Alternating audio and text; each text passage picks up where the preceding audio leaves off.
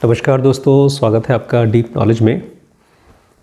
आज एक बच्चे ने पूछा है, सर हम लोग इतना ज़्यादा थॉट्स के साथ, थिंकिंग के साथ एडिक्टेड क्यों हैं? क्यों हम छोड़ नहीं पाते सोच पाना, सोचते रहना? क्या कुछ किया जा सकता है कि माइंड साइलेंट हो जाए? Good question, thank you for asking.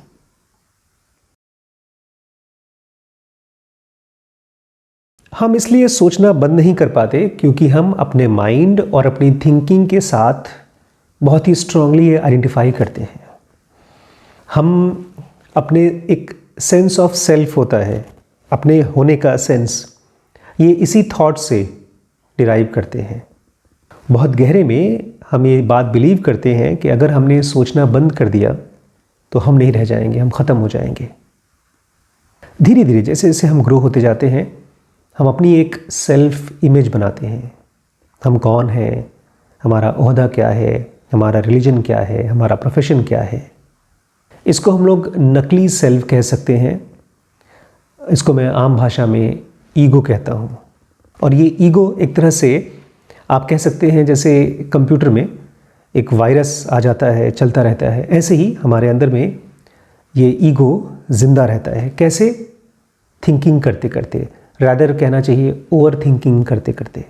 तो अहंकार या ईगो अलग अलग लोगों के लिए अलग अलग मतलब हो सकता है, लेकिन मेरे हिसाब से ईगो मतलब एक नकली सेल्फ। और उसके होने का कारण क्या होता है?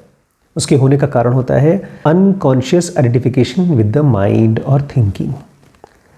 जिस चीज़ के साथ आपने अपने आप को एक दिन, 2 दिन के लिए जोड़ लिया, उसका थॉट्स आना शुरू हो जाएगा और आप उसी के साथ अपने आप को आइडेंटिफाइड करना शुरू कर देते हैं। एमबीबीएस से पहले, जिस दिन मैंने एमबीबीएस के कॉलेज में कदम रखा, उसके पहले तक मैं डॉक्टर नहीं था, लेकिन अब मैं डॉक्टर हो गया। लखीमपुर में आने से पहले मैं लखीमपुरिया नहीं था, लेकिन अब मैं लखीमपुरिया हो गया। इस तरह से कोई भी चीज़ जिसके साथ हम अपने आप को आइडेंटिफाई करना शुरू कर देते हैं, वो हमारे ईगो का खुराक बन जाता है। ईगो उसी के बारे में सोच सोच के, उसी के बारे में और बातें कंज्यूम कर करके जिंदा रहता है। इसको ख़त्म कैसे कर सकते हैं? अवेयरनेस के ज़रिए। अवेयरनेस बड़ी स्ट्रॉन्ग चीज़ है। जो भी चीज़ें अभी हो रही हैं इसी मोमेंट पे उसके साथ रह करके, एक तरह से देखा जाए तो ये प्रेजेंट मोमेंट हमारे ईगो के लिए, हमारे थॉट्स के लिए दुश्मन का काम करता है, उसका एंटीडोट है। हमारे ईगो के लिए केवल पास्ट और फ्यूचर, जो भी चीज़ें पहले हो चुकी हैं और जो भी चीज़ें हम करना चाहते हैं, वो इम्पॉर्टेंट होती हैं। और एक अजीब सी चीज़ है जो हम कभी नोटिस नहीं कर पाते कि जब हम सोच रहे हैं, continuous addictive thought, over thinking चल रही है, हम रियलिटी को पूरी तरह से डिस्टॉर्ट करके देखते हैं। जो चीज़ जैसी है उसको वैसा नहीं समझ पाते। और ये बेचारा ईगो एक ऐसी कंटिन्यूअस प्रोसेस में होता है कि वो पास्ट को ज़िंदा रख सके। वो खाली बैठा रहेगा तब भी कुछ न कुछ सोचता रहेगा पास्ट के बारे में, ताकि वो ज़िंदा रहे। जबकि इसी मोमेंट पे आपके कमरे की आवाज़ें, आपकी सांस, आपका कपड़ा, आज निकला हुआ सूरज या ढलता हुआ सूरज, अगर आप उसको देख सकें तो वो ईगो को पूरी तरह से डिज़ोल्व होने में हेल्प करता है।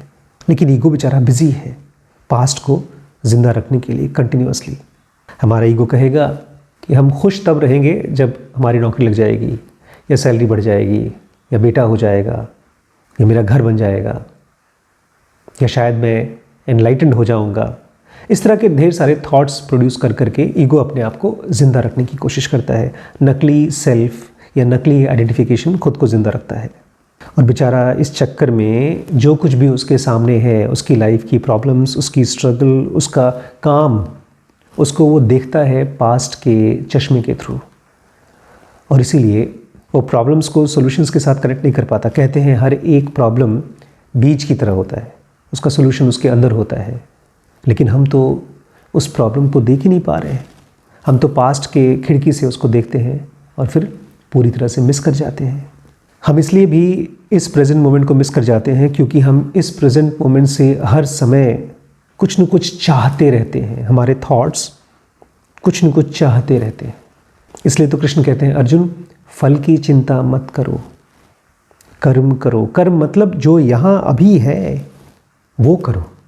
और उसमें भी कृष्णमूर्ति कहते हैं तुम देखो कैसे रिस्पॉन्ड कर सकते हो इस मोमेंट को विदाउट कंडीशनिंग। देखिए, आपकी कंडीशनिंग के थ्रू उसके आर पार होकर के देखिए।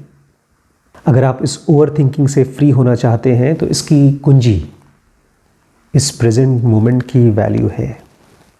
एक एक सेकंड जिए अपने भोजन के साथ और धीरे धीरे हो जाइए। धीरे धीरे दिखेंगे आप कि जो कुछ भी आपके टेबल पे रखा हुआ है वो आपको वही आनंद देगा जो भी सबसे फेवरेट डिश है आपकी, उतना ही। आप देखेंगे आपका शरीर धीरे धीरे हेल्दी होता जा रहा है, आपकी सेहत हील होती जा रही है। जितना हो सके उतना इस प्रेजेंट मोमेंट के पास आकर रहिए। इससे कुछ चाहिए मत, ये ऑलरेडी बहुत कुछ दे रहा है आपको।